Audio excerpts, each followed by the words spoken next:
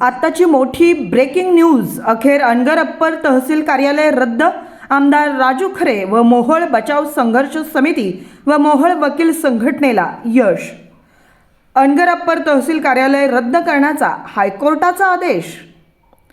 कार्यालयासंदर्भात महाराष्ट्र सरकारने 24 जुलै 2024 रोजी काढलेला अध्यादेश मुंबई उच्च न्यायालयाचे मुख्य न्यायमूर्तींनी आज रद्द केलाय। मोहोळचे माजी आमदार राजन पाटील आणि तत्कालीन आमदार यशवंत माने यांनी विधानसभा निवडणुकीपूर्वी प्रतिष्ठा पणाला लावून अनगर येथे अप्पर तहसील कार्यालय मंजूर करून आणलं। अनगर अप्पर तहसील कार्यालयासंदर्भात राज्य सरकारने काढलेला अध्यादेश मुंबई उच्च न्यायालयाने आज दिनांक 17 फेब्रुवारी रोजी रद्द केलाय। या प्रसंगी मोहोळचे आमदार राजू खरे यांची प्रतिक्रिया। नाही, न्यायपालिका जी डोळ्यावरती पट्टी लावलेली होती ती न्यायपालिकेनं डोळ्यावरची पट्टी काढली।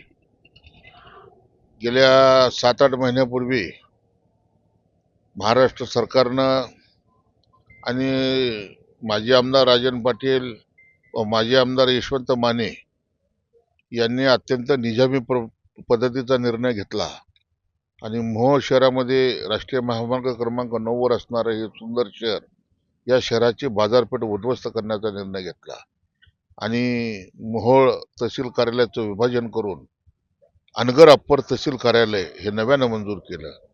याच्या विरोधामध्ये आम्ही सर्व पक्षीय कार्यकर्ते मोहोळ बचाव संघर्ष समिती स्थापन करून महाड पोलादपूरचे लोकप्रिय आमदार भरत शेठजी गोगावले, जे आज महाराष्ट्र राज्याचे मंत्रिमंडळात कॅबिनेट मंत्री आहेत, त्यांना घेऊन तत्कालीन मुख्यमंत्री एकनाथरावजी शिंदे साहेब यांना निवेदन देऊन त्यांना आमची गाऱ्हाणं सांगितली होती आणि मुख्यमंत्र्यांनी त्याची गंभीर दखल घेऊन अनगर अप्पर तहसील कार्यालय हे रद्द करण्याचा निर्णय घेतला आणि तशा पद्धतीचे आदेश त्याच्यावरती त्यांनी आमच्या बचाव संघर्ष समितीच्या पत्रावरती लिहिलं की अनगर अप्पर कार्यालयाला तात्पुरती स्थगिती व फेर संरक्षण करून अहवाल सादर करा। त्यावेळेला आम्हाला पक्का विश्वास झाला होता की आता स्थगिती मिळालेली आहे, फेर संरक्षण ज्यावेळी होईल त्यावेळी अनगर हे कसं गैरलागू आहे हे आम्ही त्या यंत्रणेला सांगणार होतो। परंतु त्याच दिवशी रात्री राष्ट्रवादी काँग्रेस पक्षाचे ज्येष्ठ नेते यांनी आणि आमदारांनी या सरकारवरती दबाव आणला, मुख्यमंत्र्यांवरती दबाव आणला आणि रात्री जवळजवळ 1 वाजता 8 वाजता त्यांनी रात्री सिग्नेचर केली होती मुख्यमंत्र्यांनी, परंतु तो कागद इन्व्हर्ट होऊ दिला नाही। एवढ्या पद्धतीचा दबाव आणला गेला आणि मग दुसऱ्या दिवशी मुख्यमंत्र्यांची अडचण आमच्या लक्षात आली आणि मग मुख्यमंत्र्याला अडचणीत न आणता राष्ट्रवादी काँग्रेस पक्षानं सत्तेच्या बळावरती हे जे अनगरचं अप्पर कार्यालय आहे हे रात्रीच मुख्यमंत्र्याचा निर्णय फिरवला आणि आदेशाची कॉपी तशीच झाकून ठेवली। त्यावेळेला आम्ही ठरवलं होतं की मोहोळच्या जनतेच्या दरबारामध्ये जाऊन या अनगर अप्पर कार्यालयाच्या विरोधामध्ये आपण जनतेला जे काय असेल ते जनतेच्या दारात जाऊन न्याय मागू आणि न्यायालयीन लढा लढण्याचा निर्णय घेतला। जवळजवळ सर्व आमच्या मोहोळ मतदारसंघातील वकिलांची जी आमची असोसिएशन आहे ती असोसिएशन पूर्ण या कामाला लागली होती। माझे मित्र संतोष पाटील, सर्व जवळजवळ 6 याचिका मुंबई उच्च न्यायालयात दाखल झाल्या आणि नागपूरच्या हिवाळी अधिवेशनामध्ये सरकारचं लक्ष वेधून घेण्यासाठी मी अनगर हे बेकायदेशीर कार्यालय रद्द करा अशा आशयाचे फलक लावून महाराष्ट्राच्या विधानसभेत प्रवेश केला होता। अख्ख्या विधानसभेचं लक्ष वेधलं होतं आणि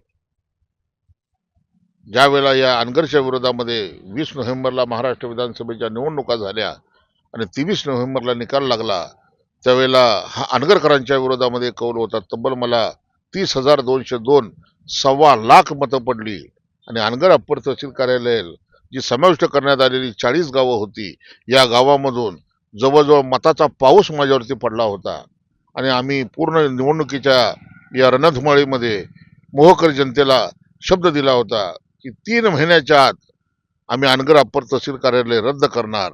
आणि आज सोमवार आमच्या नागनाथ महाराजांचा वार, शंभू महादेवाचा वार आणि बाबासाहेबांच्या घटनेच्या संविधानाचा हा विजय, मोहोळच्या जनतेचा हा विजय आज उच्च न्यायालयानं या जनतेची घाण ऐकली आणि आज अनगर हे तहसील कार्यालय रद्द केलं. मित्र हो, मला सर्वात जास्त आनंद आज आहे. ज्यावेळेला 23 तारखेला मी महाराष्ट्राच्या विधानसभेत आमदार म्हणून निवडून गेलो, त्या दिवशी जेवढा आनंद झाला नव्हता, त्यापेक्षा जास्त आनंद हा आज मला अनगर रद्द करण्याचा जो निर्णय उच्च न्यायालयाने दिला, या निर्णयाचा आदर करून या न्यायपालिकेचं मनापासून आभार व्यक्त करतो की हा निर्णय जनतेच्या मनातला निर्णय हा न्यायालयाने दिला आणि याच्या पुढील काळामध्ये जे अनगरला गेलेली कार्यालय आहेत, सब रजिस्टर ऑफिस असेल, जनावरांचा बाजार असेल, तेही दोन्ही कार्यालय बाजार आणि सब रजिस्टर ऑफिस लवकरात लवकर आम्ही पुन्हा एकदा आमच्या मोहोळ शहरामध्ये आणून मोहोळ शहर एक सुंदर बनवण्याचं जे आमचं स्वप्न आम्ही उराशी बाळगलंय ते येणाऱ्या काळामध्ये पूर्ण करू. हे कार्यालय रद्द झालेलं आहे का पूर्ण किंवा कमतेला होण्याची शक्यता आहे? नाही, मोहोळ शहर शहराची बाजारपेठ अबाधित राहावी, मोहोळ शहराची व्यापारपेठ उद्ध्वस्त करणारा जो निर्णय तत्कालीन आमदारांनी घेतला होता राजन पाटलांनी, त्याच्या विरोधात जनतेने हा कौल दिलेला आहे. त्यामुळे ते कार्यालय रद्द होऊन पूर्वीप्रमाणेच हे मोहोळ शहरामध्ये जे पूर्वी आपलं मोहोळ तहसील कार्यालय होतं त्याच्याशीच ते समाविष्ट करण्याचा निर्णय हा न्यायपालिकेने घेतलेला आहे आणि न्यायपालिकेने दिलेल्या ह्या निर्णयाचा आपण सगळ्यांनी मिळून आदर केला पाहिजे. कारण आपल्यात म्हण आहे की हा जो जनतेचा उद्रेक होता, हा उद्रेकाला न्यायालयानं स्वीकार केला आणि न्यायालयाचा स्वीकार करणं हे तुम्हावर